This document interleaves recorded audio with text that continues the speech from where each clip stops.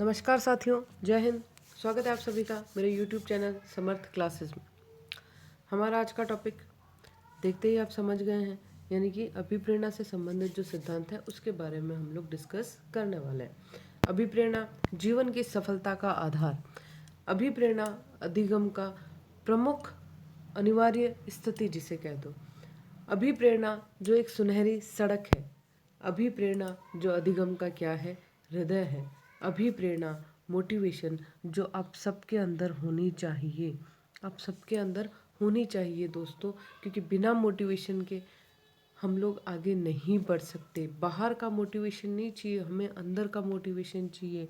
हमें कौन सा मोटिवेशन चाहिए?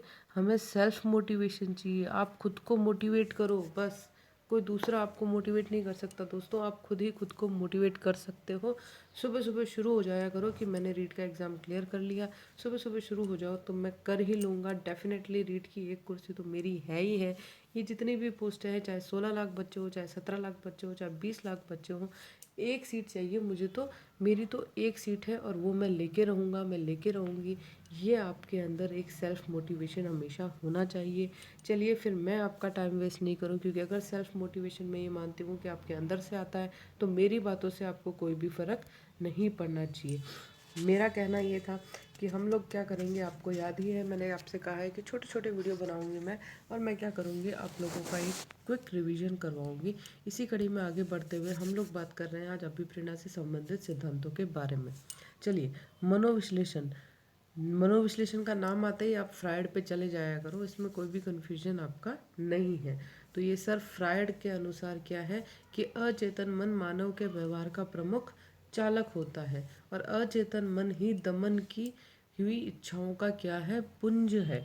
अचेतन मन ही क्या है, दमन की हुई इच्छाएं। दमन की हुई यानी कि जिन इच्छाओं को हमने दबा दिया है, उन इच्छाओं का एक पुंज है, एक पूरा का पूरा पिटारा है, फ्रायड ये कहते हैं अपने मनोविश्लेषण सिद्धांत के साथ। ठीक है, मैकडूगल की तरफ करते हैं, और मैकडूगल क्या कहते हैं कि अभिप्रेरणा का सिद्धांत के बारे में बात करते हुए कहते हैं कि मूल प्रवृत्तियां जो है वो मानव व्यवहार की प्रमुख चालक है। देखो, अभिप्रेरणा कहाँ से आएगी? अभिप्रेरणा हम में आएगी आवश्यकता से। आवश्यकता अभिप्रेरणा का एक प्रमुख घटक है, प्रमुख प्रेरक है जिसे कह दो। बिना आवश्यकता के आप अधिगम के बारे में नहीं सोच सकते, और बिना आवश्यकता के आप में क्या नहीं आएगी, अभिप्रेरणा भी नहीं आएगी। आपकी आवश्यकता है जॉब, आपकी आवश्यकता है रीट का एग्ज़ाम क्लियर करना, तो आपके अंदर से अपने आप मोटिवेशन आएगा। तो ये कहाँ से आएगा मोटिवेशन? आपको अंदर से आएगा, यानी कि आपकी आवश्यकता के थ्रू आएगा। तो मैकडूगल क्या कहते हैं? मैकडूगल ये कहते हैं कि मूल प्रवृत्तियाँ मानव व्यवहार की प्रमुख क्या होती है दोस्तों, चालक होती है। ठीक है, उसके बाद व्यवहार के अधिगम का सिद्धांत, इसके बारे में बात करते हैं कौन? C.L. हल। कौन बात करते हैं?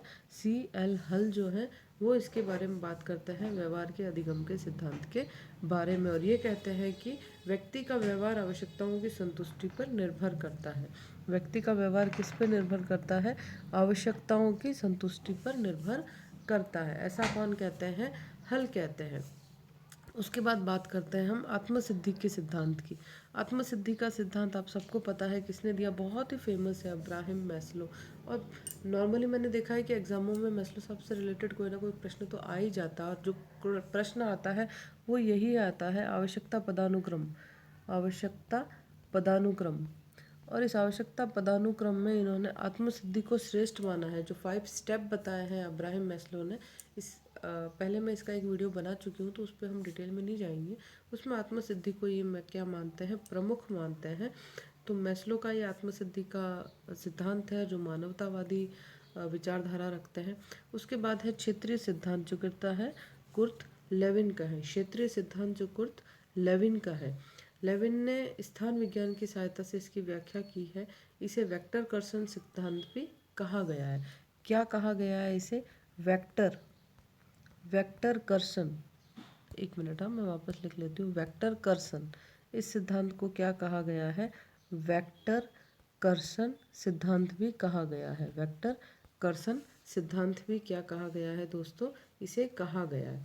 उसके बाद है अभिप्रेरणा का शारीरिक सिद्धांत जिसे कह देते हो। तो ये शारीरिक सिद्धांत किसने दिया है? ये क्रैचमर, शेल्डन, विलियम जेम्स और विलियम वुंड का दिया हुआ है। ये सिद्धांत किसका दिया हुआ है? क्रैचमर, शेल्डन, जेम्स और वुंड।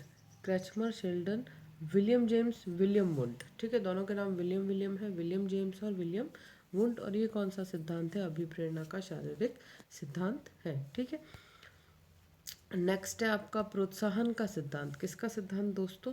प्रोत्साहन का सिद्धांत। और ये सिद्धांत किसने दिया है? ये सिद्धांत दिया है कॉफमैन ने। प्रोत्साहन का सिद्धांत किसने दिया है? ये सिद्धांत आपका कॉफमैन ने दिया है। फिर आपका द्वि आवश्यकता का सिद्धांत। द्वि आवश्यकता का सिद्धांत ये किसने दिया है दोस्तों? द्वि आवश्यकता का सिद्धांत दिया है मर्रे ने। मर्रे अलग है, मूरे अलग है। तो मर्रे द्वि आवश्यकता के बारे में बताते हुए क्या कहते हैं? मर्रे ये कहते हैं, एक मिनट, एक सेकेंड हाँ दोस्तों, ये इस पे मैं थोड़ा सा और बात कर लूँ प्रोत्साहन के सिद्धांत के बारे में। इसका कॉफमैन ने दिया है, और कॉफमैन के अलावा वोल्फ जो है, नाम ध्यान में रखिएगा, मैंने यहाँ लिखा नहीं इसलिए माइंड से स्लिप हो गया था। वोल्फ जो है इसी प्रोत्साहन के सिद्धांत को क्या कहते हैं? प्रत्याशा व खिंचाव का सिद्धांत।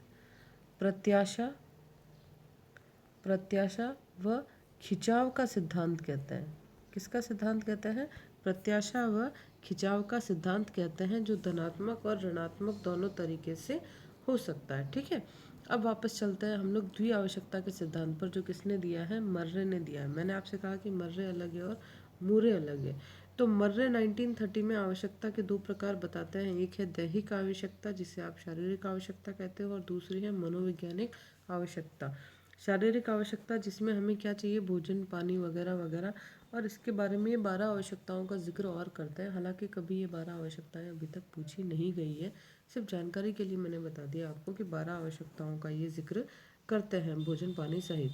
और मनोवैज्ञानिक आवश्यकताएं हमें पता है, प्रेम, उपलब्धि सहित, इस तरह से प्रेम है, भाव है, तो इस तरह की जो चीज़ें हैं ये लगभग इसके बारे में 28 आवश्यकताओं का जिक्र करते हैं। द्वि आवश्यकताओं में मर्रे ने 2 आवश्यकताएं बताई हैं। द्वि से 2 वैसे ही क्लिक होता है, आपको पता ही है। पहली है शारीरिक और दूसरी है मनोवैज्ञानिक।